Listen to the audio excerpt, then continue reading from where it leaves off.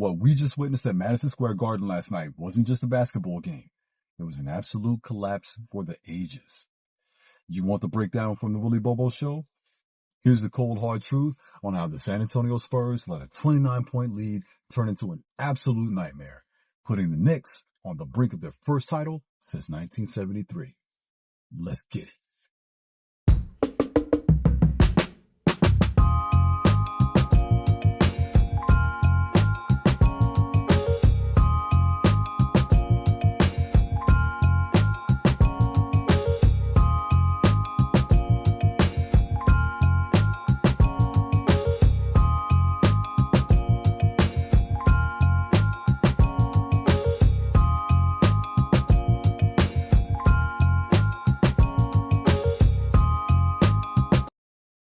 This segment of the Willie Bobo Show is called the Spurs Blow Job. For the first half, the Spurs looked like they were on a mission, right?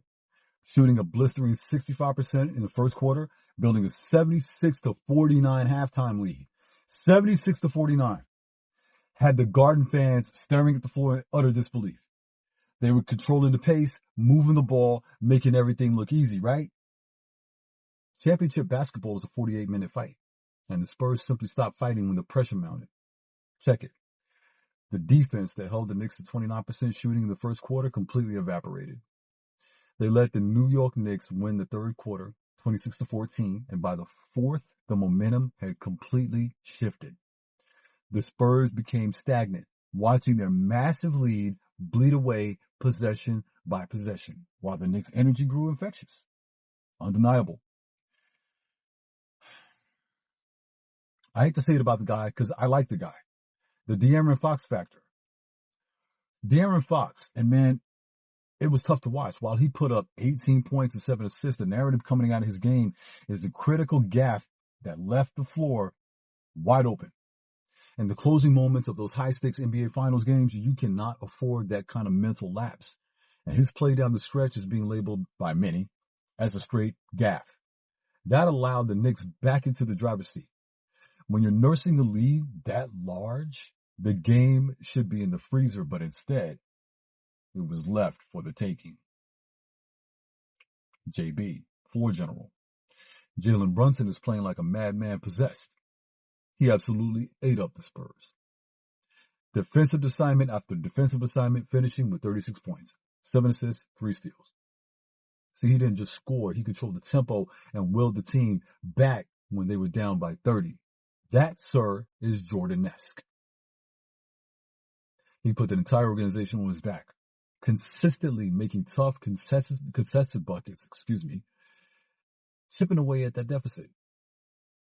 When the Spurs guards needed to lock him down, JB was too smart, too quick, too determined, too well coached. And with 1.2 seconds left on the clock, the game hung in the balance. After a desperate miss by Brunson, OG Anunoby flying through the air. It was gorgeous. It was great.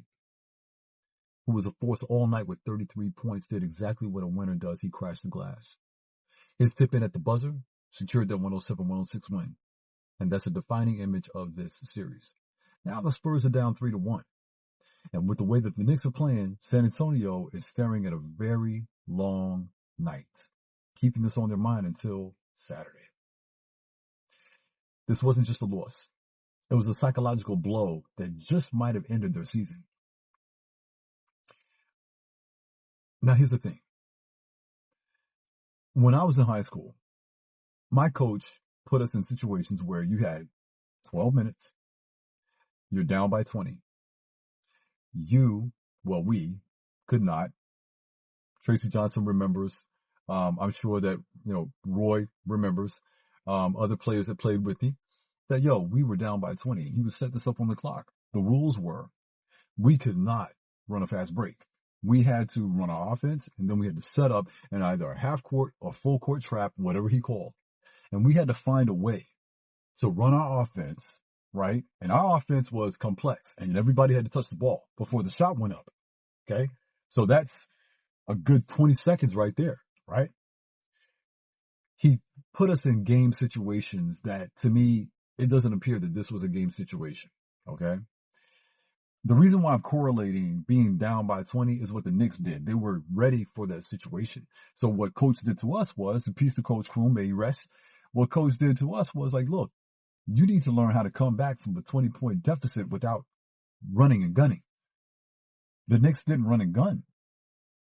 They chipped away at it. And that's what we learned, how to chip away at it, right?